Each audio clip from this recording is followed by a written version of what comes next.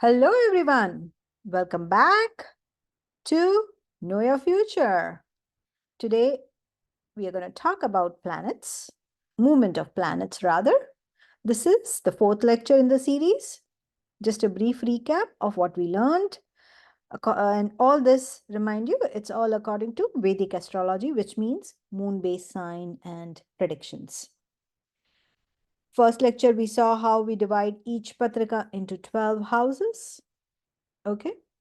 Then we talked about Rashis, which are determined based on date, time, and place of your location, and that remains forever. Like, because, say, for example, if you are a Piscean, you remain a Piscean all your life, right? Doesn't change. Okay, your moon sign. Then we talked about planets.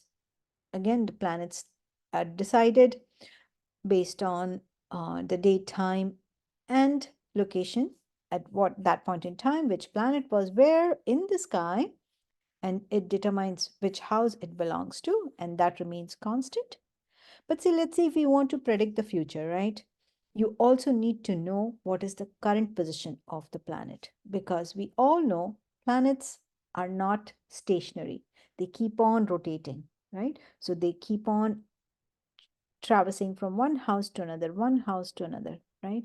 And as they move houses or as they go from one house to another, they have different influence. The same planet, let's say Saturn, if it's in house one, will have a different kind of influence as compared to if it was in house two or house three. Same is true for other planets.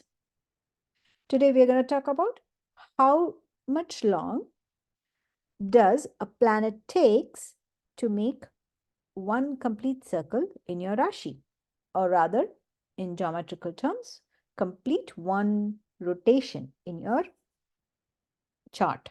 Okay, different planets move at different speeds, right? We are all aware of that. So each planet stays in the house at for a different period of duration. But mind you, it's not just the location of the current planet in the current house. We also, when predicting something, we also take into consideration what was your Rashi, what are the other planets that are present in the house at the same time, plus what was the position of the planets when you were born at the time of birth. Okay, so all these things are taken into conjunction and then a prediction is made. But for today, let us just know how long does each planet takes to make a one full circle in your birth chart. So here moon goes the fastest. In 27.3 days, it would have made one whole circle. Okay, so if moon is influencing any house, or rather, if moon's presence in any house is influencing some factor in your life, it won't stay the same for long, right? Because moon is very fast in traveling, being closest to earth, right? Then the next is, I mean, it's not ordered via number of years. Okay. So then if you say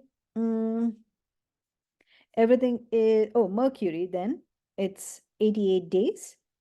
Again, it's traveling fastest, rotating fastest, right? Mercury takes 88 days to complete one whole circle. Okay, which means traverse through all the 12 houses, and then 89 day, it's back in house one. Mars take 1.88 years to complete whole circle. Saturn moves very slow, right? And if you look at it, Saturn is the slowest, okay, because it's really far. So Saturn takes almost close to 29.5 years to complete one whole circle in your Patrika. So if Saturn is influencing something, that influence stays for long, right? Because it'll take a long time for it from house one to house two, from house two to house three, and so on. Jupiter takes 11.86 years to complete one whole circle.